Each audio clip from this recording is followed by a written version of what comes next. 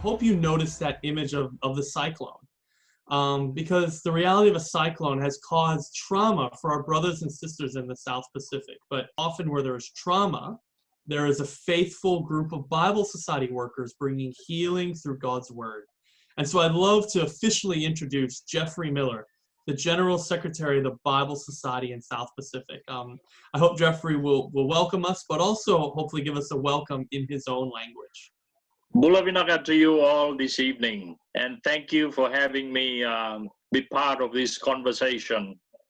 Thank you to Bible Society Australia for this great privilege to share the Bible Society of the South Pacific's story with you all and the journey that we are taking currently. The Bible Society of the South Pacific has been serving for 52 years now, since 1968.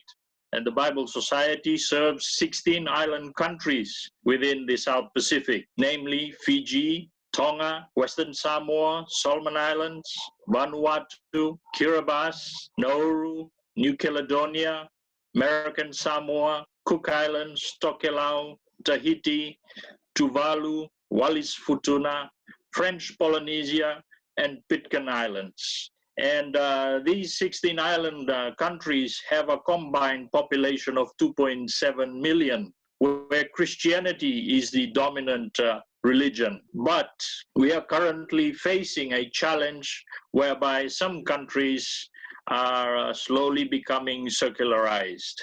For example, Fiji, New Caledonia, and French Polynesia. The Bible Society's mission focus are in the areas of Bible translation.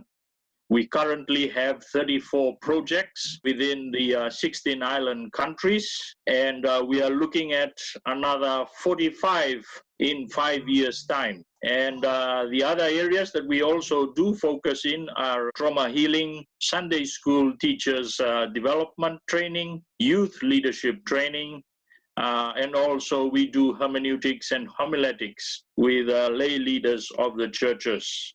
And also lastly, we do Bible distribution, mainly focusing with disaster-impacted communities and also children. In terms of our relationship with the Bible Society of Australia, we are so privileged for their help and support in terms of our trauma healing project and also capacity development. Capacity development in the terms of information technology and also network infrastructure upgrades. And also they've helped us very much in providing support and help in reviewing our constitution and policy currently. Trauma healing has been a major focus for our 4 island countries, especially Vanuatu, Solomon Islands, Fiji, and Tonga. And we are currently have a goal of trying to train 600 facilitators by the year 2023 and reaching 20 communities and also translating the trauma healing materials in 3 major languages, the Fijian language, the Tongan language, and also in Bislama. And in terms of our capacity building project, we are trying the best we can due to COVID-19 is to try and have an IT infrastructure that will help us to remotely access our information from the 16 island countries. We know that technology is a bit of a challenge in these 16 island countries.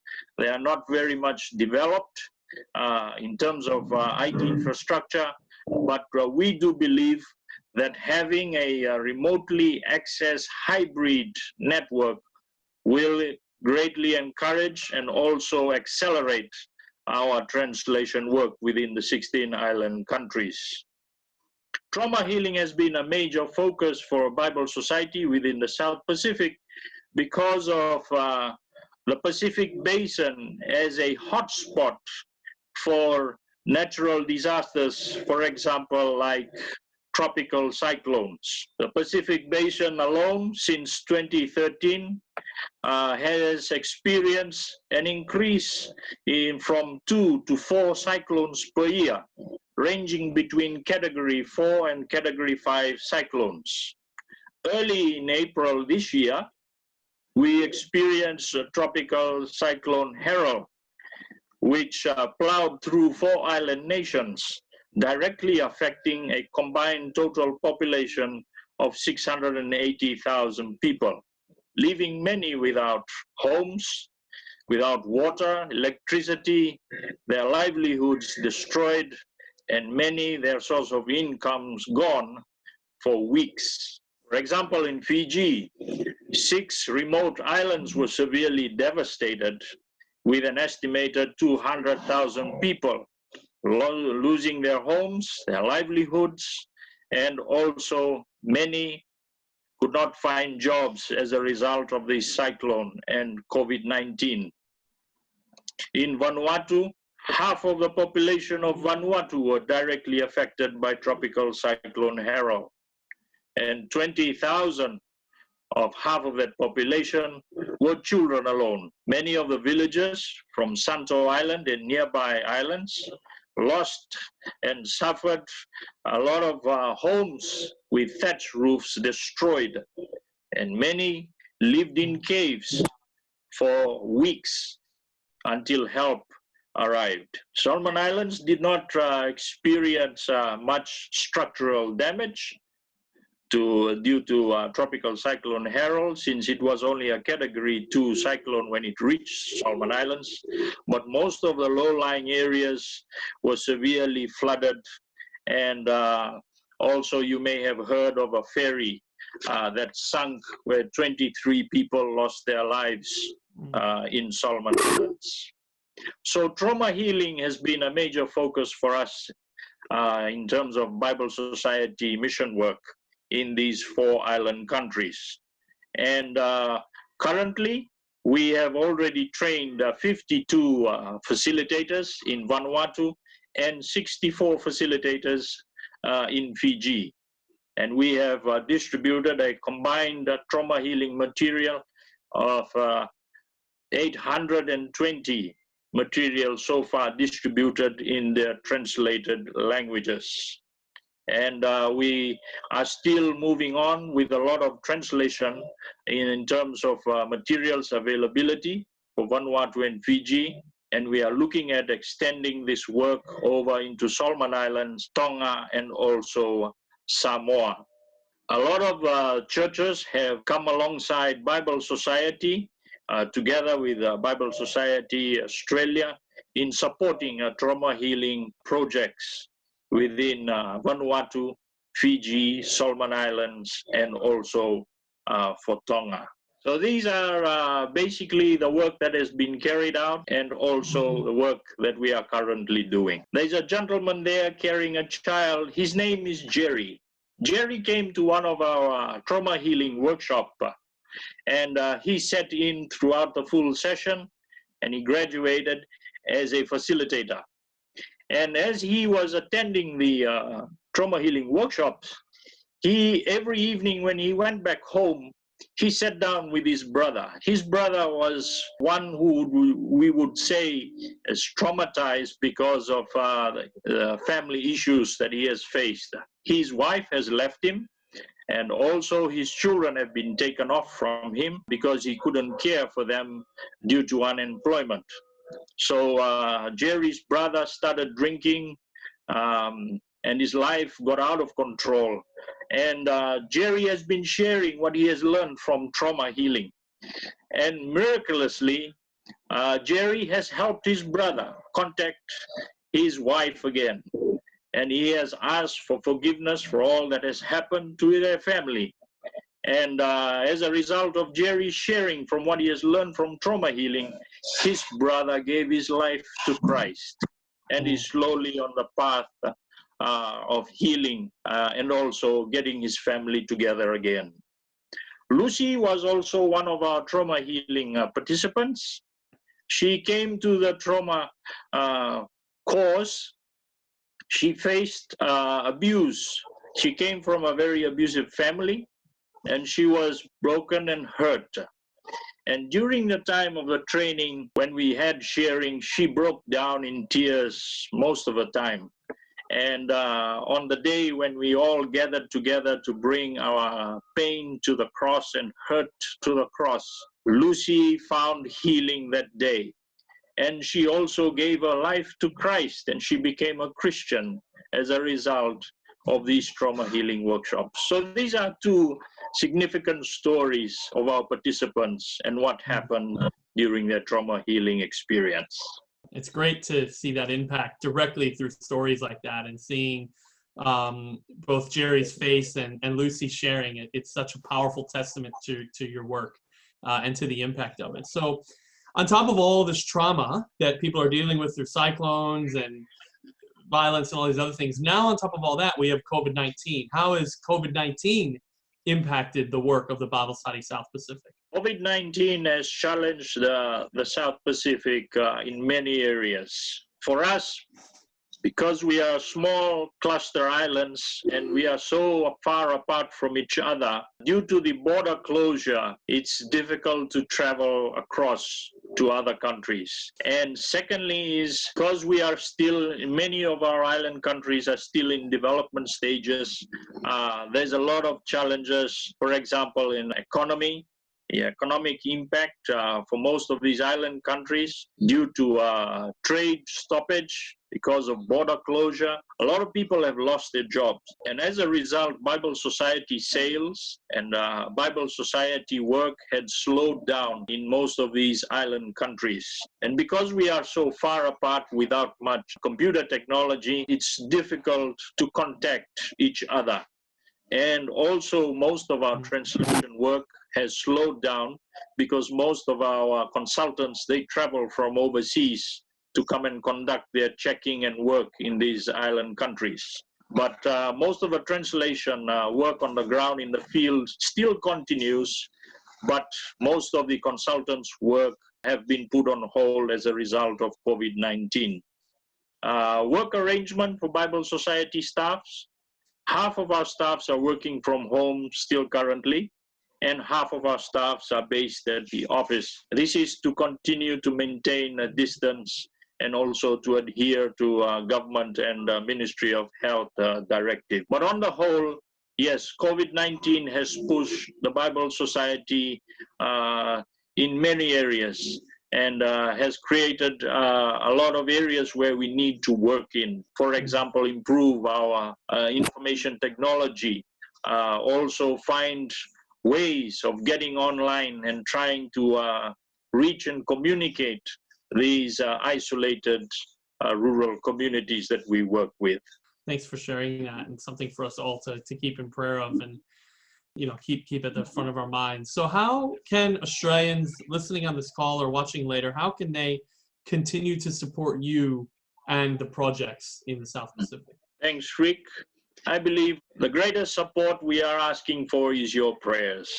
If you would kindly pray for our project coordinators for Bible Society translation projects. We are currently trying to identify potential coordinators to be placed in the regional countries so that we do not repeat what COVID-19 has challenged us with. In terms of having coordinators, we will be able to keep our projects moving. Also, if you could also pray for church support and engagement in terms of our trauma healing project, so that we will be able to reach out to the disaster-affected communities and get that message of healing out to people who have been drastically affected by the recent tropical cyclones. And also, lastly, if you could pray for God's protection over the South Pacific, because as I've mentioned already, that cyclone have become prevalent in the Pacific Islands.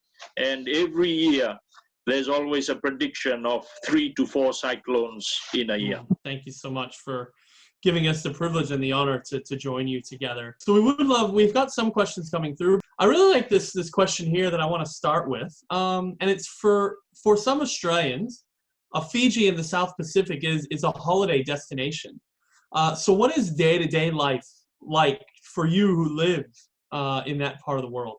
The economies are not looking any better because of border closure and also restriction with trade. Because most of our business we conduct with outside. And Fiji's economy is driven by tourism. Yeah. And due to tourism restrictions, our economy is basically down. Yeah. We have a lot of people who have lost their jobs, and a lot of smaller businesses that cannot survive throughout this pandemic have closed their doors. But within Fiji, and I also within the other island countries that we are in contact with, in as far as the work that we are doing, people are moving freely. Life is just as normal like it used to be before, but except for the economic impact and other areas. Yes. Yeah. So can you tell us how many languages are there in the countries that you serve, and how many of those languages have a Bible or part of a Bible in their heart language? For the 16 island countries that we serve, I would say there's about 95% of those 16 island countries have a Bible in their language. But the translations are pretty much old.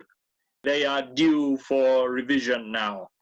Because of the change in language. They used to say every 100 years there's a change in language. So those Bibles are due for a revision. And most of the work that we are doing with translation work are based in Vanuatu currently. Vanuatu, we have around 16 projects happening in Vanuatu.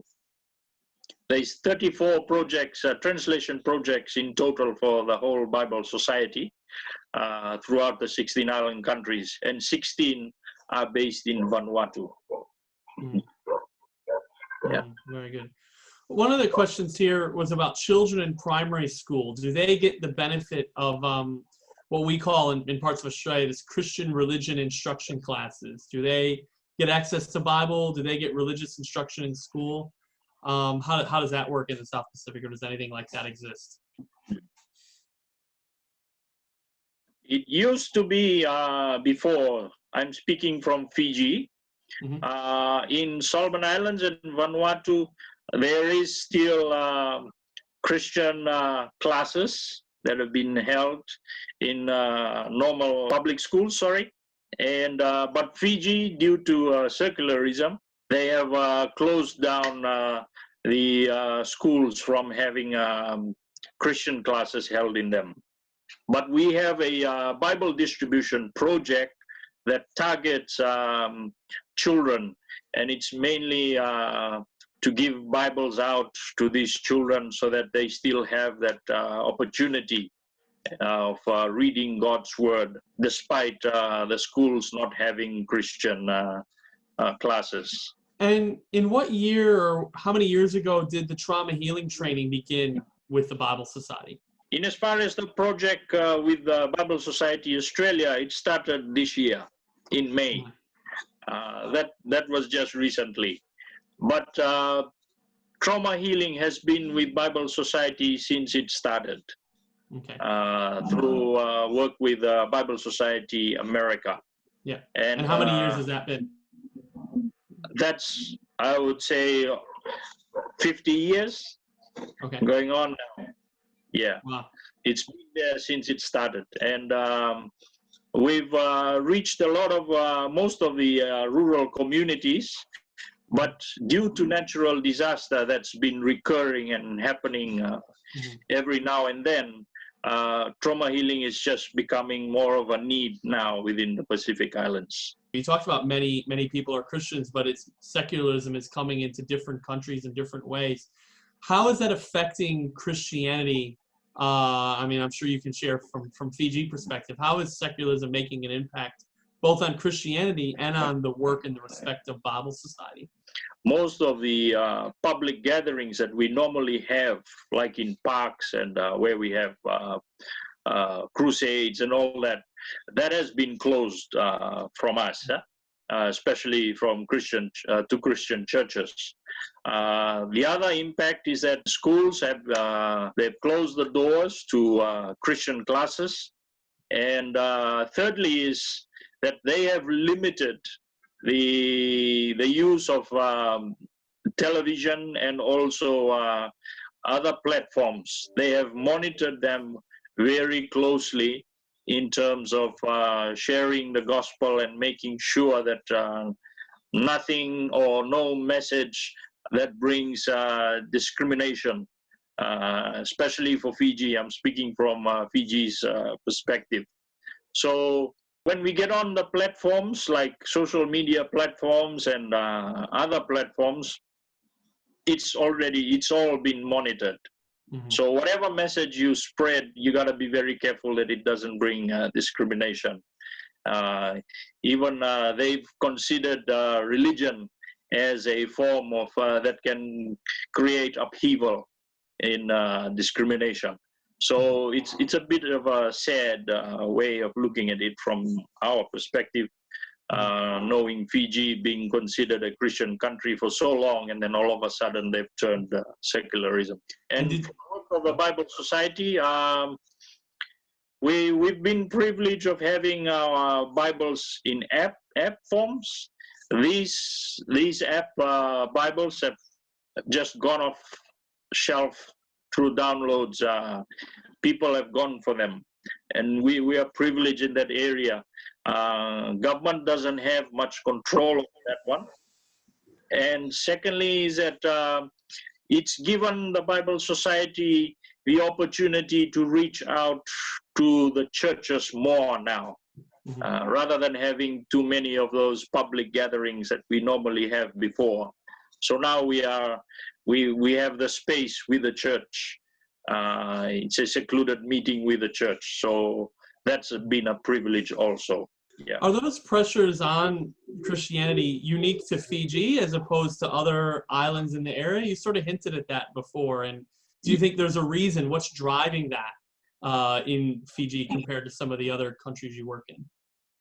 I think I would say is the influence from the international community, because Fiji has gone on and, like for example, they've hosted the climate change international workshops.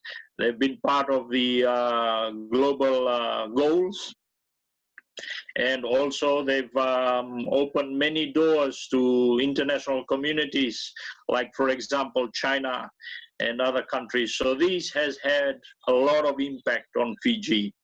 Whereas the other Pacific Island countries, they're still very much conservative, and that's where Christianity stronghold has still held its ground very much. Okay. Now, does Bible Society South Pacific have staff on all 16 countries, 16 islands, I think it was, that you work in? And what do they do? What needs need to be met for your staff spread throughout the different countries? We basically only have 19 staffs for the Bible Society as a whole. And those 19 staff serve the 16 island countries. In the 16 island countries, we work along churches, and the churches are our representatives within the 16 island countries.